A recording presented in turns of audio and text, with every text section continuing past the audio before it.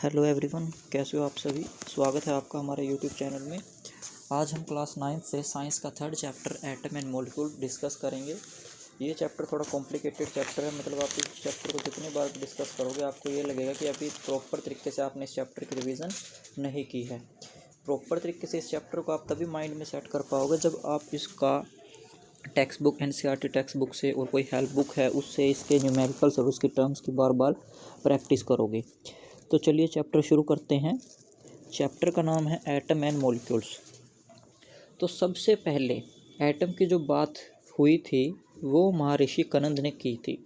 महर्षि कनंद ने बताया था कि जो मैटर है जब हम उसको तोड़ते हैं, छोटा करते हैं, स्मॉल एंड स्मॉल पार्टिकल्स के अंदर वो डिवाइड होता है और एक स्टेज ऐसी आती है कि जो स्मॉलेस्ट पार्टिकल है उसको हम तोड़ नहीं पाते। तो महर्षि कनंद ने बताया कि वो स्टेज जब हम उस स्मॉलेस्ट पार्टिकल को नहीं तोड़ पाते उसे परमाणु कहा जाता है। यहाँ पे हमने लिखा हुआ है, आप इसको स्टडी कर सकते हैं, इसको पढ़ सकते हैं, रीड कीजिए इसे। First Maharshi Kanad postulated that if we go on dividing matter, means matter को डिवाइड करना, ब्रेक करना, we shall get smaller and smaller particle. तो हमें क्या मिलते हैं? स्मॉलर एंड स्मॉलर पार्टिकल मिलते हैं। Ultimately a stage will come across the smallest particle.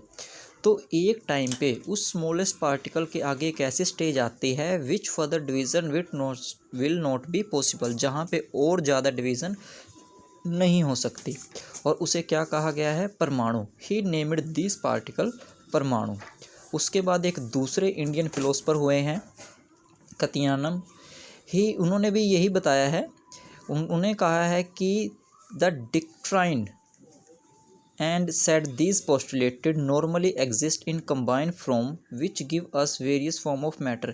इनका कहना था कि जो एटम है वो हमेशा कंबाइन फॉर्म में मिलता है और जो हमें वेरियस टाइप की फॉर्म प्रदान करता है, मतलब ये फ्री स्टेट में नहीं रह सकता, किसी न किसी के साथ कंबाइन होके मिलेगा। उसके बाद है एशियंट ग्रीक फिलोसफर डेमोक्रिटस। ठीक है, उसके बाद एक ग्रीक फिलोसफर है डेमोक्रिटस। उसने क्या कहा कि ये जो पार्टिकल हैं इनडिविजिबल होंगे और इसको नाम दिया गया है एटम। मीन्स जो परमाणु हैं उसको इंग्लिश में कहा गया है atom. Two laws of chemical combination were establish after much experimentation by Lavoisier and Joseph L Proust. इसका मतलब है कि इससे पहले जितनी भी बातें हुई हैं वो सारे एक थ्योरी बेस पे था, उसका कोई परमानेंट एक्सपेरिमेंटल प्रूफ नहीं था। बट उसके बाद दो बेसिक केमिकल कॉम्बिनेशन के लॉज थे, उन पे काफ़ी एक्सपेरिमेंट किया गया। एक्सपेरिमेंट करने के बाद हमें कुछ एटम के बारे में एटम और उसकी स्टडी के बारे में कुछ डिटेल मिलती है। और ये जो एक्सपेरिमेंट परफॉर्म किए थे ये लविशियर और जोसेफ एल प्रोस्ट ने किए थे। फर्स्ट जो लॉ है आपका वो है law of conservation of mass. It was proposed by French chemist Antoine Lavoisier in 1774। It states that mass neither be created or nor be destroyed in a chemical reaction। इन्होंने बताया कि किसी भी केमिकल रिएक्शन के अंदर जो मास है वो ना तो बनाया जा सकता है ना ही उसको डिस्ट्रॉय किया जा सकता है। मीन्स आप अगर दूसरी डेफिनेशन में बात करें तो दूसरी डेफिनेशन ये बनेगी, अगर कोई केमिकल रिएक्शन होती है तो रिएक्शन में आपको पता होगा रिएक्टेंट, ठीक है, रिएक्ट करके प्रोडक्ट बनाते हैं। तो उसमें जो रिएक्टेंट का मास है वो प्रोडक्ट के मास के हमेशा इक्वल रहेगा, सेम रहेगा। वो ना तो बनाया जाएगा ना ही डिस्ट्रॉय किया जा सकता है। तो मीन्स इससे हम ये भी बता सकते हैं कि जो यूनिवर्स के अंदर ओवरऑल मास रहेगा वो रिमेन सेम रहेगा। चलिए आगे देखते हैं। आगे देखिए friends, law of conservation of mass की सेकेंड डेफिनेशन क्या है? For any chemical process in a close system the mass of the reactant, जो रिएक्टेंट का मास होगा must be equal to the mass of the product. वो product के masses के equal होगा, मतलब सेम होगा जब रिएक्शन हो जाएगी। एग्जाम्पल है आपका C+O2 is equal to CO2, मतलब कार्बन प्लस ऑक्सीजन कंबाइन होते हैं, रिएक्ट होते हैं, ये दोनों रिएक्टेंट है और वो प्रोडक्ट बनता है आपका कार्बन डाइऑक्साइड। यहाँ पे जो कार्बन है उसका जो मास है 12 ग्राम, ऑक्सीजन का मास होता है 16 ग्राम, बट यहाँ पे ऑक्सीजन के 2 मॉलिक्यूल हैं तो इसलिए इसका मास होगा 32 ग्राम। जब रिएक्शन हो जाती है और CO2 बनता है हमारा और उसका मास हो जाएगा फिर 44 ग्राम। इसमें आप रिएक्टेंट का मास कंबाइन करके देख लीजिए, यहाँ पे 44 आएगा और प्रोडक्ट का मास तो आता ही हमारा 44 है। सेकंड देखिए लॉ ऑफ डेफिनेट या फिर आप कह सकते हो कांस्टेंट प्रोपोर्शन। इसका ये जो है लॉ, इसको बताया था लुईस प्रोस्ट ने इन 1799 में। मतलब ये क्या है, 1799 में लुईस प्रोस्ट के द्वारा प्रपोज्ड किया गया था। ठीक है, ये क्या कहता है, अ केमिकल कंपाउंड और अ केमिकल सब्सटेंस, चाहे कोई केमिकल सब्सटेंस हो, द एलिमेंट आर ऑलवेज, उसके अंदर जो एलिमेंट है आर ऑलवेज प्रेजेंट, हमेशा प्रेजेंट रहते हैं, इन definite proportion bye their mass. मतलब उनका जो मास होगा वो उसके डेफिनेट प्रोपोर्शन के अकॉर्डिंग उसके अंदर सब्सटेंस के अंदर प्रेजेंट होंगे। एग्जाम्पल है आपका H2O। H2 यानी कि हाइड्रोजन के 2 एटम हैं, तो हाइड्रोजन के 2 एटम का मास होगा 2। ऑक्सीजन का यहाँ पे 1 एटम है, तो ऑक्सीजन के 1 एटम का मास होगा आपका 16। तो आपका जो रेशियो आएगा आपका 1:8। या फिर एक सिंपल लैंग्वेज में अगर हम समझाएं तो आप पानी ले लीजिए ऑस्ट्रेलिया से, अमेरिका से, आरओ का, किसी भी चीज़ का, या फिर किसी गंदे से नाले का, उसके अंदर जो वाटर मॉलिक्यूल हैं वो उसके मास के अकॉर्डिंग ही प्रेजेंट होंगे। ठीक है, जो मास H2O है, चाहे आप पानी आरओ का ले लीजिए, उसमें भी हाइड्रोजन के 2 एटम होंगे, ऑक्सीजन का 1 ही होगा, उनका मास होगा 2:16, और उनका जो रेशियो आएगा वो 1:8 ही आएगा, चाहे आप वाटर कहीं से भी लें। उसके बाद आते हैं हमारे डाल्टन भाई साहब, जॉन डाल्टन एटॉमिक थ्योरी। तो अभी तक जो हमने किया उसके बिहाफ पे जॉन डाल्टन ने कुछ हमें पोस्टुलेट दिए, वो देखिए। John Dalton provided the basic theory about the nature of matter. The postulate of this theory may be stated as follow।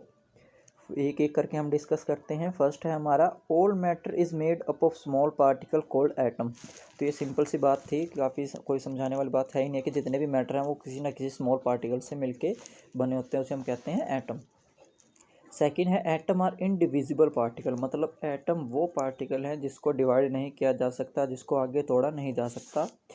Which can not be created और destroyed in a chemical reaction, जिसको chemical reaction के अंदर ना तो बनाया जा सकता है ना ही उसको डिस्ट्रॉय किया जा सकता है। और जो ये सेकंड पोस्टुलेट है ये आपके लॉ ऑफ कंजर्वेशन मास को भी शो करती है, रिप्रेजेंट करती है। आगे थर्ड देखिए, थर्ड पोस्टुलेट है student, atom of same element. ध्यान देना यहाँ पे सेम एलिमेंट लिखा हुआ है, having identical mass and chemical properties. Fourth है एटम ऑफ डिफरेंट एलिमेंट, और यहाँ पे लिखा हुआ है डिफरेंट एलिमेंट, इससे पहले वाले में था same element. Atom of different element have different masses and chemical properties. काफ़ी सिंपल से हैं। फिफ्थ है atom combine in ratio of small whole number to form compound. ये चीज़ समझने वाले है कि जो भी एटम होंगे वो हमेशा होल नंबर के अंदर कंबाइन होंगे तो आपका कंपाउंड फॉर्म होगा। कहीं पे भी आपको ये दिखाई नहीं देगा कि H 1.7 है या कार्बन डाइऑक्साइड जो है 3.2226 है, ऐसा कुछ नहीं होगा। ये जो हो गए आपके होल नंबर के अंदर आपको रिप्रेजेंट होंगे। सिक्स्थ है आपका, the relative number and kind of atom are constant in a given compound. तो बच्चों ये थे आपके 6 पोस्टुलेट डाल्टन थ्योरी के। ठीक है, और ये काफ़ी इंपॉर्टेंट है, डाल्टन थ्योरी एग्ज़ाम में डायरेक्ट पूछी जाती है इसके पोस्टुलेट के साथ। उसके बाद आपका जो चैप्टर का नाम है एटम एंड मॉलिक्यूल, जो हमने शुरू में कहा था कि चैप्टर थोड़ा ऐसे ही है कि आपको समझने में थोड़ी प्रॉब्लम होगी, वो शुरू करते हैं। वैसे तो एटम जो है आप इसको फर्स्ट और सेकंड चैप्टर से ही डिस्कस करते आ रहे हो, लेकिन थर्ड में इसके बारे में थोड़ी डिटेल बताई गई है। देखिए एटम क्या है। An atom is the smallest particle of an element. किसी भी एलिमेंट का सबसे स्मॉलेस्ट पार्टिकल एटम होता है। Which can take part in chemical reaction, जो किसी भी केमिकल रिएक्शन में पार्टिसिपेट कर सकता है। इट मे और may not exist in free state. ये पॉइंट नोट करने वाला है कि जो एटम है वो फ्री स्टेट में हो भी सकता है और नहीं भी हो सकता है, मतलब इंडिपेंडेंट एग्जिस्ट कर भी सकता है और नहीं भी कर सकता है। N atom of element show all property of the element. ये तो पता ही होगा, जो किसी भी एलिमेंट का जो एटम है तो उसके अंदर उस एलिमेंट की सारी प्रॉपर्टी होंगी। मॉलिक्यूल्स के बारे में देखिए, a molecule is the smallest particle of element और कंपाउंड। किसी भी एलिमेंट का और किसी भी कंपाउंड का जो सबसे स्मॉलेस्ट पार्टिकल होता है वो मॉलिक्यूल होता है, क्योंकि एटम के कंबाइन होने के बाद ही मॉलिक्यूल बनते हैं। ठीक है, और एटम क्या है, स्मॉलेस्ट पार्टिकल है एलिमेंट का, और मॉलिक्यूल किससे बने हैं, एटम के कंबाइन होने से। तो इसी वजह से जो मॉलिक्यूल है वो स्मॉलेस्ट पार्टिकल हो जाएगा आपके एलिमेंट का और कंपाउंड का।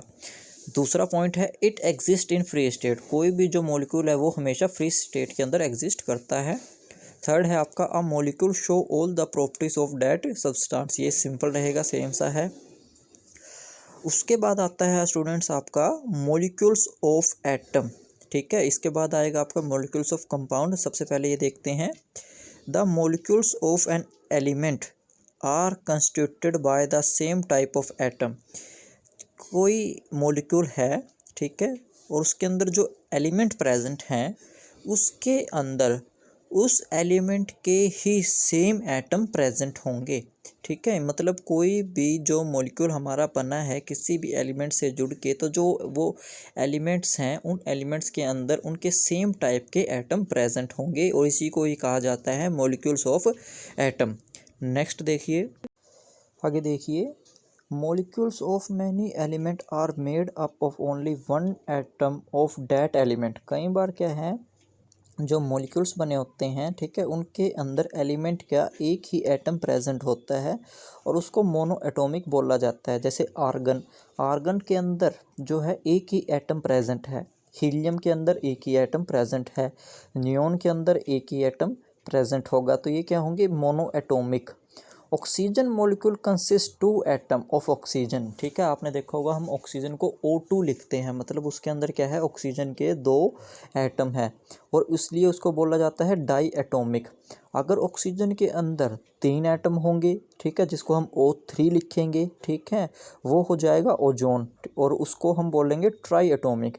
अगर ज़्यादा हों, 4 हों, 5 हो, 6 हों एटम हो, ठीक है, किसी भी एलिमेंट के अंदर, तो उसमें क्या होगा, उसको हम पॉली एटॉमिक बोलेंगे। ठीक है, ध्यान से देखिए, एटॉमिसिटी, ये इसी के एग्जाम्पल थे जो monoatomic, diatomic, triatomic मैंने भी आपको बताए हैं। It is the number of atom consisting a molecule is known as its atomicity, मतलब एक मॉलिक्यूल के अंदर कितने एटम प्रेजेंट हैं, कितने तरह के नंबर ऑफ एटम प्रेजेंट हैं, उसको बोला जाता है एटॉमिसिटी। एग्जाम्पल देखिए, मोनो एटॉमिक का आपका argon, helium, neon. Diatomic का होता है O2 N2, यानी कि oxygen, nitrogen etcetera. Triatomic जिसके अंदर 3 एटम प्रेजेंट हैं, O3, ozone, CO2, NO2। Poly atomic जिसके अंदर 4 प्रेजेंट हैं, P4 फॉस्फोरस का है, ठीक है, S8 एक्सेट्रा। उसके बाद आपका है नेक्स्ट मॉलिक्यूल ऑफ कंपाउंड। ये था आपका मॉलिक्यूल ऑफ एलिमेंट, अब है मॉलिक्यूल ऑफ कंपाउंड। स्टूडेंट्स इसको थोड़ा ध्यान से समझिए, इस चैप्टर को, ये थोड़ा कॉम्प्लिकेटेड है, मैं बार बार कह रहा हूँ। 5 मिनट के लिए भी अगर आपने अपना ध्यान कहीं इधर उधर किया तो ये चैप्टर समझ में नहीं आएगा। तो इस पूरे तरीके से इस चैप्टर पे फोकस कीजिए, इसके पूरे पॉइंट्स पे, इसके टर्म्स पे अच्छे तरीके से फोकस कीजिए। नेक्स्ट है आपका molecule of compound, atom of different element join together in definite proportion to form molecule of compound. इससे पहले वाले में हमने जो मॉलिक्यूल ऑफ एलिमेंट पढ़े हैं उसमें था एटम ऑफ सेम एलिमेंट्स, और यहाँ पे क्या है, एटम ऑफ डिफरेंट एलिमेंट, यानी कि डिफरेंट एलिमेंट्स के जो एटम होंगे वो एक दूसरे से जुड़कर, ठीक है, एक मॉलिक्यूल बनाएंगे। ठीक है, और मॉलिक्यूल ऑफ कंपाउंड फॉर्मेशन होगी, और जो वो एटम जुड़ेंगे डिफरेंट एलिमेंट के वो डेफिनेट प्रोपोर्शन के अंदर जुड़ेंगे, मतलब उनकी जो क्वांटिटी है, ठीक है, वो फिक्स होगी। आगे देखिए, नेक्स्ट देखिए स्टूडेंट, नेक्स्ट है आपका व्हाट इज़ एन आयन। ठीक है, आयन क्या होता है, इससे पहले थोड़ा मैं आपको आयनिक कंपाउंड के बारे में बता देता हूँ। आयनिक कंपाउंड कब बनते हैं, जब मेटल से नॉन मेटल पर इलेक्ट्रॉन ट्रांसफ़र होते हैं तो आयनिक कंपाउंड की फॉर्मेशन होती है। उसी तरीके से उसमें हमें चार्ज पार्टिकल मिलते हैं, ठीक है, और उन चार्ज पार्टिकल को ही आयन बोला जाता है।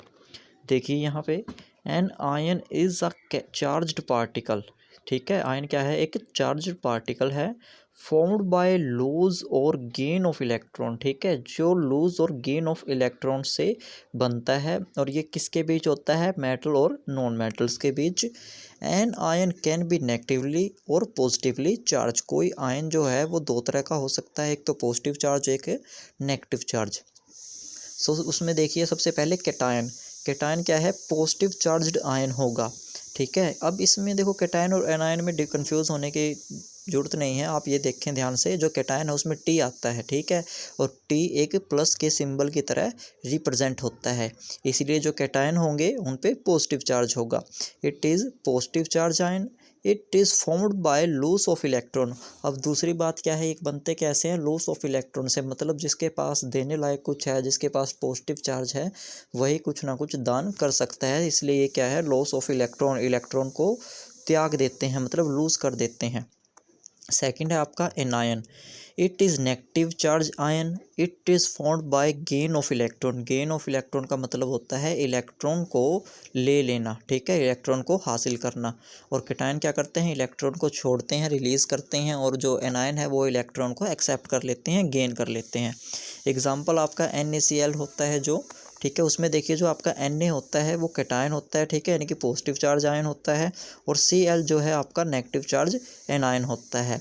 मीन्स जो है ये फॉर्मेशन कैसे होती है, जब सोडियम अपने इलेक्ट्रॉन, आउटर मोस्ट इलेक्ट्रॉन जो है लूज़ कर देता है, और उस आउटर मोस्ट इलेक्ट्रॉन को क्लोरीन जो है एक्सेप्ट कर लेता है, गेन कर लेता है, तो हमारा NaCl की फॉर्मेशन होती है, जिस पे इलेक्ट्रॉन लूज़ करने के बाद जो Na है उस पर पॉजिटिव चार्ज आ जाता है, और Cl जो इलेक्ट्रॉन को गेन करता है उस पर हमारा negative charge ion negative charge आ जाता है। उसके बाद देखिए पॉली एटॉमिक आयन। पॉली का मतलब होता है मैनी, ठीक है। ग्रुप ऑफ एटम, ठीक है, ये क्या होगा, एक ग्रुप होगा एटम्स का, carrying a charge is called poly atomic ion. मतलब सिंपल सी बात है, जब जो एटम्स का ग्रुप होगा और उसके ऊपर कोई चार्ज होगा तो उसके लिए हम टर्म यूज़ करेंगे पॉली एटॉमिक, ठीक है। तो ये क्या होते हैं, पॉली एटॉमिक आयन होते हैं, जैसे NH4 पॉजिटिव, ठीक है, ये क्या है, एक ग्रुप ऑफ एटम है, इसके अंदर नाइट्रोजन और हाइड्रोजन के 4 एटम हैं। हाइड्रोक्सी आयन OH नेगेटिव, ठीक है, इसके अंदर भी ऑक्सीजन और हाइड्रोजन के एटम हैं। उसके बाद आप देख सकते हो HCO3 नेगेटिव, HNO3 नेगेटिव, ठीक है, नाइट्रेट एक्सेट्रा, ये सभी के सभी क्या हैं, ग्रुप ऑफ चार्ज है इनके ऊपर, ठीक है, एटम्स का ग्रुप है जिसके ऊपर चार्ज है, और इसको कहा जाता है पॉली एटॉमिक आयन्स। नेक्स्ट है वैलेंसी। वैलेंसी ध्यान से देखिए बच्चों, ध्यान इंपॉर्टेंट है काफ़ी। द कंबाइनिंग पावर, ठीक है, द कंबाइनिंग पावर और कैपेसिटी कह सकते हो, एबिलिटी कह सकते हो, of an element is known as its valency. किसी भी एलिमेंट की किसी दूसरे एलिमेंट के साथ कंबाइन करने की जो एबिलिटी होती है, जो पावर होती है, उसको हम उस एलिमेंट की वैलेंसी कहते हैं। ये एक दूसरी डेफिनेशन देखिए ध्यान से। The number of electron which an atom can lose, ठीक है, किसी भी एटम के अंदर, उसके आउटर मोस्ट शेल के अंदर जो इलेक्ट्रॉन होते हैं जिसको वो लूज़ कर सकता है, जिनको वो गेन कर सकता है, और जिसको वो शेयर कर सकता है। शेयरिंग की बात करें तो आपका कार्बन, आपका फॉस्फोरस, ठीक है, ये शेयर करते हैं टू फॉर्म अ बॉन्ड, ठीक है, बॉन्ड फॉर्मेशन से एक नया कंपाउंड वो बना लेते हैं। तो ये क्या होते हैं, किसी भी एलिमेंट की वैलेंसी कहलाती है। एग्जाम्पल देखिए जिनकी वैलेंसी 1 होती है, सोडियम पोटेशियम, ठीक है, आपका सिल्वर कॉपर, इनकी वैलेंसी आपकी 1 होती है, 1 होती है। जिसकी वैलेंसी 2 होती है उन एलिमेंट्स के बारे में बात करते हैं तो आपका मैग्नीशियम 2 पॉजिटिव है, कैल्शियम आपका 2 पॉजिटिव है, आयरन आपका 2 पॉजिटिव है, कॉपर भी आपका 2 पॉजिटिव है, एल्युमिनियम आपका 3 पॉजिटिव है, और Fe भी आपका 3 पॉजिटिव है, इनकी 3 होती है।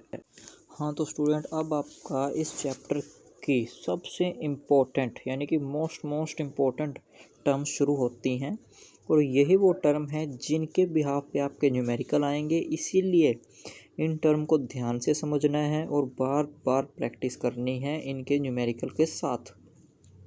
फर्स्ट है आपका एटॉमिक मास। तो एटॉमिक मास को मेज़र करने के लिए सबसे पहले तो ऑक्सीजन को चुना गया था, ठीक है, लेकिन एट प्रेजेंट में, ठीक है, उसकी कुछ ऑक्सीजन ने कुछ डिसएडवांटेज मिली, उसके बाद हमने कार्बन 12 आइसोटोप को सिलेक्ट किया।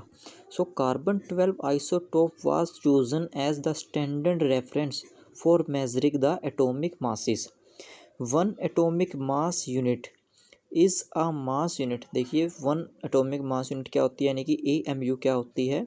It is the mass unit equal to exactly 1/12, यानी कि 1/12 the mass of an atom of carbon 12।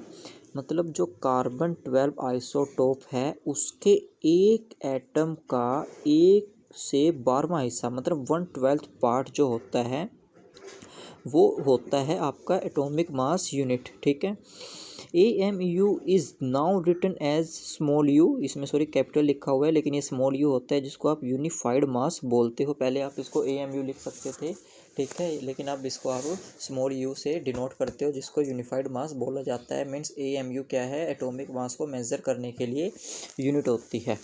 Second है आपका राम, यानी कि relative atomic mass. It is the average mass of atom as compared to 1/12 the mass of one carbon 12 atom। देखिए ये क्या है, ये सिंपल सा है, किसी भी एटम का एवरेज मास होता है। ठीक है, जैसे कुछ एलिमेंट्स दिए हुए हैं उनका एटॉमिक मास दिया हुआ है और ये यूनिफाइड मास दिया हुआ है। ठीक है, मतलब स्मॉल यू से इसको डिनोट करेंगे आप। हाइड्रोजन है, हाइड्रोजन का एटॉमिक मास 1 होता है, कार्बन का एटॉमिक मास 12 होता है और इसका एटॉमिक नंबर 6 होता है। नाइट्रोजन जो है उसका एटॉमिक नंबर 7 होता है और एटॉमिक मास उसका 14 होता है। ऑक्सीजन जो है उसका एटॉमिक नंबर जो है 8 होता है और तो मास उसका 16 होगा। सोडियम जो है इसका एटॉमिक नंबर आपका 11 होता है और इसका मास 23 होता है। ये आपको आपकी बुक के अंदर, टेक्स्ट बुक्स के अंदर या हर बुक के अंदर आपको पीरियोडिक टेबल मिल जाएंगे। आपको उसमें पहले 30 एलिमेंट्स के नाम, उनके एटॉमिक नंबर और उनके एटॉमिक मास लर्न करने होंगे, तो ही आपको इस चैप्टर में काफ़ी हेल्प मिल सकती है। नेक्स्ट आपका मोलिकुलर मास। देखिए मोलिकुलर मास से रिलेटेड ही नेक्स्ट टर्म आएगी आपका फॉर्मूला रिलेटेड मास। दोनों ही एक जैसा है, कोई खास डिफरेंस नहीं है, इसलिए इसको थोड़ा ध्यान से समझिए। मोलिकुलर मास क्या होता है, the molecular mass of a substance is the sum, यहाँ से थोड़ा ध्यान दीजिए, it is the sum of the atomic masses. ठीक है, एटॉमिक जो मास है, ठीक है, उसका सम होगा of all atom in a molecule. मतलब हमारे पास एक मोलिक्यूल है, उसके अंदर जितने एटम हैं उन एटम्स के मासेस का सम आपका मोलिकुलर मास कहलाता है। नेक्स्ट देखिए, सो स्टूडेंट जो आपका फॉर्मूला यूनिट मास है और जो मोलिकुलर मास है दोनों ही सेम है। बस एक छोटा सा डिफरेंस ये है कि जो फॉर्मूला यूनिट मास है वो आपका यूज़ किया जाता है आयनिक पार्टिकल्स के लिए, मतलब आयन जो होंगे उन पार्टिकल्स के लिए ये आपका यूज़ किया जाता है। तो एक बार देखिए इसको, the formula unit mass of a substance is a sum, यहाँ से बिल्कुल आपका मोलिकुलर मास की तरह ही है, a sum of atomic masses of all atom in a formula unit of a compound. बस ये डिफरेंट है, in a formula unit of a compound. It is similar to molecular mass with a basic difference that we use the word formula unit for those substances whose constituent particle are ions। तो means ये किसके लिए use होता है, ions के लिए। इसके example देखते हैं हम, जैसे कैल्शियम क्लोराइड होता है, सोडियम क्लोराइड होता है, ये आयंस की फॉर्म में होता है, तो इसका जो मास हमें निकाला जाता है वो फॉर्मूला यूनिट से ही निकाला जाता है। उसके बाद कुछ हमें न्यूमेरिकल दिए हुए हैं जो आपके एनसीईआरटी में हैं, एक बार उनको ध्यान से देखिए। फर्स्ट है आपका calculate molecular mass of H2O। Molecular mass निकालना है हमें H2O का। तो atomic mass of hydrogen, hydrogen का एक एटम है, उसका एटॉमिक मास आपका 1U होगा, और जो यहाँ पे U है इसका मतलब होता है यूनिफाइड मास। ठीक है, यानी कि ये आपका एटॉमिक मास को मेज़र करने की यूनिट होती है। उसके बाद atomic mass of oxygen, oxygen का यहाँ पे जो एटम है वो 1 है, तो उसका एटॉमिक मास 16U होगा। तो अब आपका जो मोलिकुलर मास है H2O का वो कितना होगा वो देखिए।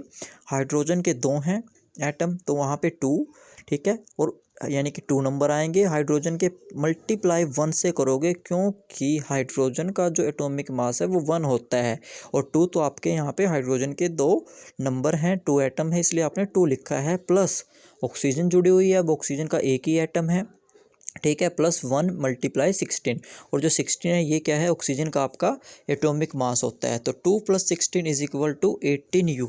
तो यहाँ पे आपका जो मोलिकुलर मास है आपका वाटर का वो आता है आपका 18U, यानी कि 18 यूनिफाइड मास।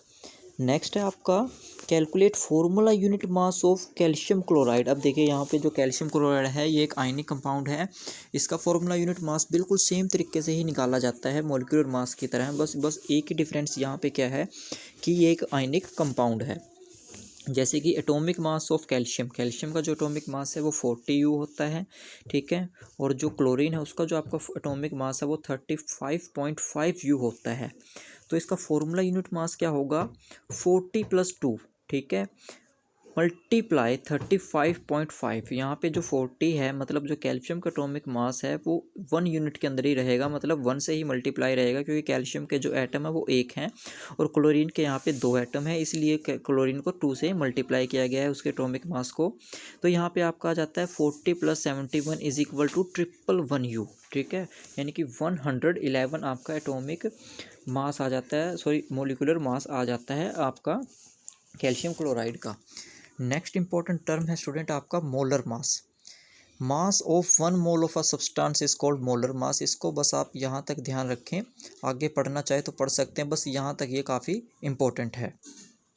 सो स्टूडेंट मोलर मास के बाद, ठीक है, यानी कि मोलर मास क्या था आपका, mass of 1 mole of any substance, ठीक है, वो आपका क्या था मोलर मास। उसके बाद आपका क्या आता है मोल कॉन्सेप्ट। मोल कॉन्सेप्ट आपका मोस्ट इंपॉर्टेंट है, ठीक है, इस पे न्यूमेरिकल आपके बहुत ज़्यादा आएंगे तो इसको थोड़ा ध्यान से करिएगा। देखिए क्या है ये, 1 मोल ऑफ एनी स्पीसीज, ठीक है, उसके अंदर आपका चाहे एटम हो, मॉलिक्यूल हो, आयन हो, कोई भी पार्टिकल है, is that quantity in number. बस क्या है, एक सिंपल नंबर के अंदर क्वांटिटी दी गई है और कुछ खास नहीं है इसके अंदर। Having a mass equal to its atomic और मॉलिक्यूलर मास इन ग्राम। मतलब क्या है, जो आप मॉलिक्यूलर मास निकालते हो ना, ठीक है, मतलब एटॉमिक मास आप जब निकालते थे यूनिफाइड फॉर्म में, यहाँ पे आपको वो सिर्फ ग्राम फॉर्म में निकालना है और उसके अंदर आपको एक नंबर देना है, और वो जो नंबर है वो है आपका 6.022 × 10⁻23, जिसको बोला जाता है एवोगैड्रो नंबर, ठीक है। एक बार रिपीट कर देते हैं, 1 mole of any species is that quantity in number having a mass equal to its atomic or molecular mass in gram. 1 mole is equal to 6.022 × 10⁻23 is equal to relative mass in gram। मतलब इसके अंदर क्या है, जो relative आपका मास है वो ग्राम के अंदर यूज़ किया जाएगा। 6.022 × 10⁻23, this number is called Avogadro number or Avogadro constant. It is denoted by n के नीचे एक छोटी सी आपको ज़ीरो लगानी है, ठीक है, इससे ये डिनोट किया जाता है n नोट से। उसके बाद आपके इम्पोर्टेंट एग्जाम्पल हैं जो NCERT बुक से, आपके टेक्स्ट बुक से लिए गए हैं। ये देखिए, calculate the number of moles, ठीक है, पहला जो मोल कॉन्सेप्ट भी आपका न्यूमेरिकल है, calculate the number of moles from number of particle, ठीक है, नंबर दे दिए हैं किसी भी पार्टिकल के हमें, उससे हमें नंबर ऑफ मोल्स निकालने हैं। तो देखिए 52 ग्राम ऑफ हीलियम, ठीक है, हीलियम के हमें नंबर दिए हैं, ठीक है, 52 ग्राम ऑफ हीलियम, ये इसका रिलेटिव एटॉमिक मास दिया हुआ है ग्राम के अंदर। फाइंडिंग मोल्स फ्रॉम मास, इसके मास से हमें मोल्स निकालने हैं। तो atomic mass of helium 4U, ठीक है। तो उसी तरीके से मोलर मास क्या हो जाएगा हीलियम का, हमारा मोलर मास होगा हमारा ग्राम के अंदर, मतलब 4 ग्राम, ठीक है, एटॉमिक मास 4U और ग्राम के अंदर आ जाएगा ये मोलर मास। तो क्या है, नंबर ऑफ मोल्स निकालने का फॉर्मूला क्या है, गिवन मास बाय मोलर मास, और गिवन मास है हमारा 52, ठीक है, और मोलर मास कितना है हमारा 4 ग्राम, यानी कि 4G। तो 4 से आप 52 को कैंसिल करोगे तो आपके 13 नंबर इसके अंदर आ जाएंगे, मतलब 13 मोल्स नंबर जो है आपके 52 ग्राम ऑफ हीलियम के अंदर प्रेजेंट हैं। सेकंड देखिए, 12.044 × 10⁻23, इसमें आपको finding mole from number of particle, number of particle से मोल निकालना है। सो वी नो डैट, हमें क्या पता है कि जो 1 मोल है वो किसके एक क्वांटिटी है, मतलब एक नंबर है जो किसके इक्वल होता है 6.022 × 10⁻23, जिसको हम एवोगैड्रो नंबर बोलते हैं। तो नंबर ऑफ मोल्स देखिए जो हम स्मॉल n से डिनोट करते हैं वो कैसे निकलेंगे, number of moles is equal to given number of particle जो हमें दिए हुए हैं, मतलब 12.044 into 10⁻23 divide by Avogadro number. तो जब हम गिवन नंबर ऑफ पार्टिकल को हम एवोगैड्रो नंबर से डिवाइड कर देंगे, ठीक है, डिवाइड करने पे हमारा 2 आता है, तो ये हमारा नंबर ऑफ मोल्स आ जाएगा। ठीक है, ये कैसे आया है, by the number of particle, और इससे पहले वाला जो हमने किया था वो बाय द मास आया था। नेक्स्ट इंपॉर्टेंट एग्जांपल देखिए, calculate mass of following. Number 1 है 0.5 मोल्स ऑफ N2 गैस। अब हमें से मास निकालना है, ठीक है, हमें मोल्स दिए हुए हैं किसी भी एलिमेंट के, ठीक है, और हमें उसका मास निकालना है। तो मास निकालने का फॉर्मूला सिंपल सा है, molar mass multiply number of moles, जितने हमें मोल्स दिए होते हैं, ठीक है, उसको हमें मोलर मास से मल्टीप्लाई करना होता है। जैसे कि हमें N2 का दिया है, N2 के एक एटम का मोलर मास होता है, सॉरी एटॉमिक मास होता है हमारा 14, तो 2 का हो जाएगा हमारा 28 को आप 0.5 से मल्टीप्लाई कर दो और 14G आपका आ जाएगा, ठीक है। उसके बाद है आपका 0.5 मोल ऑफ एन गैस, ठीक है। अब 0.5 मोल का क्या करना है, मास है आपका, मोलर मास कितना है 14 है, मल्टीप्लाई 0.5 मोल्स, तो इसको जब आप मल्टीप्लाई करोगे तो आपका आ जाएगा 7 ग्राम, ठीक है। नेक्स्ट देखिए इंपॉर्टेंट फार्मूलाज, जो आपके इंपॉर्टेंट फार्मूला हैं जो इस चैप्टर के अंदर आपके न्यूमेरिकल को सॉल्व करने में हेल्प करेंगे, ठीक है, मोल्स निकालने में, मोल्स को मास निकालने में या उनको चेंज करने में, ठीक है। तो उसके लिए देखिए सबसे पहला फॉर्मूला है आपका फॉर कैलकुलेशन ऑफ मास, ठीक है। मास कैलकुलेट करने के लिए फ्रॉम मोल्स ऑफ एटम और मॉलिक्यूल्स, मास कैलकुलेट करना है किसी भी एटम और मॉलिक्यूल्स के मोल्स आपको दिए होंगे, उससे मास निकालने के लिए फॉर्मूला है आपका mass is equal to molar mass multiply number of moles, ठीक है, जिसके अभी हमने 2 एग्जांपल किए हैं। उसके बाद आपको सेकंड फार्मूला के अंदर भी मास निकालना है, लेकिन अब निकालना है बाय नंबर।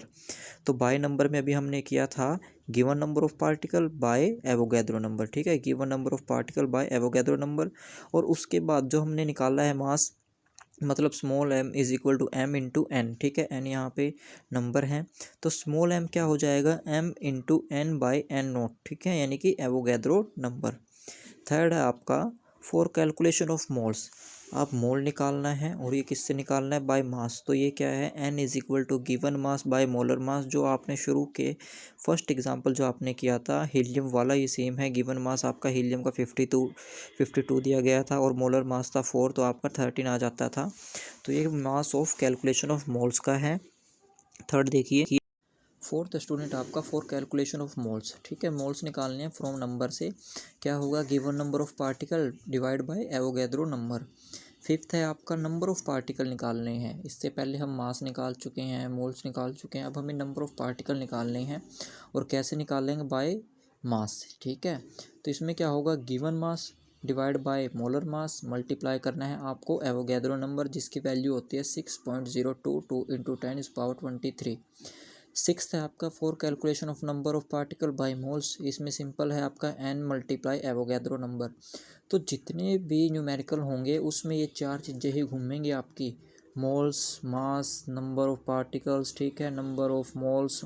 तो इनको अच्छे तरीके से आप प्रैक्टिस कीजिए। उसके बाद आपके कुछ इंपॉर्टेंट कंपाउंड के फॉर्मूले दे रखे हैं।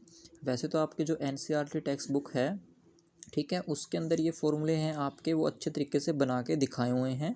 हमने यहाँ पे डायरेक्ट आपके फॉर्मूले लिखे हुए हैं। जो आपकी बुक है उसके अंदर आपकी जो वैलेंसी है, ठीक है, उसको बैलेंस करके क्रिस क्रॉस करके आपको दिखाए गए हैं। तो आप उससे एक बार उसको अच्छे तरीके से रेफर कीजिए, उसको देखिए, आपको वहाँ से अच्छे बेहतर से तरीके से समझ में आएगा। नंबर 1 है आपका हाइड्रोजन क्लोराइड, ठीक है, तो जो हाइड्रोजन है उसकी वैलेंसी तो एक ही है, क्लोराइड की वैलेंसी भी एक होती है, तो ये होता है आपका HCl, यानी कि HCl इसका हाइड्रोजन क्लोराइड का फॉर्मूला हो जाएगा। हाइड्रोजन सल्फाइड, अब आपको पता है हाइड्रोजन की वैलेंसी जो है वो 1 है, लेकिन सल्फाइड के पास वैलेंसी 2 होती है, तो जो इसका 2 है ना, वो हाइड्रोजन की वैलेंसी आपको बैलेंस करनी होगी दोनों तरफ, सल्फाइड की 2 है, हाइड्रोजन की भी 2 करनी होगी, तो क्या आएगा H2S। सोडियम नाइट्रेट का होगा NaNO3, कैल्शियम हाइड्रोक्साइड का होगा Ca, ब्रैकेट के अंदर OH2, ठीक है, ये चीज़ ध्यान रखनी है। ब्रैकेट के अंदर आने की वजह से ये क्या हो जाएगा कि इसके अंदर जो आपके ऑक्सीजन है वो 2 हैं, हाइड्रोजन भी आपकी 2 हैं, ठीक है। अगर आप ब्रैकेट नहीं लगाओगे और लिख दोगे OH2 तो उसका मतलब होगा कि ऑक्सीजन 1 है, हाइड्रोजन 2 हैं। Sodium carbonate Na2CO3, ammonium sulphate NHO4, ठीक है, ब्रैकेट के अंदर है 2, मतलब आपके जो नाइट्रोजन है उसके 2 एटम हैं, हाइड्रोजन के 4 हैं, लेकिन उसके 4 के डबल हो जाएंगे यानी कि 8 हैं, SO4, sodium oxide Na2S, magnesium hydroxide MgOH2, ठीक है। और फर्स्ट चैप्टर में हमने सेकंड चैप्टर में हम डिस्कस किया था, इसको क्या कहते हैं, मिल्क ऑफ मैग्नीशियम, जिसको एंटासिड के लिए यूज़ किया जाता है। Aluminium chloride AlCl3, copper nitrate CuNO3, bracket के अंदर है ये और उसके बाहर 2, ठीक है, मतलब इसको पूरे को 2 से मल्टीप्लाई कर रखा है।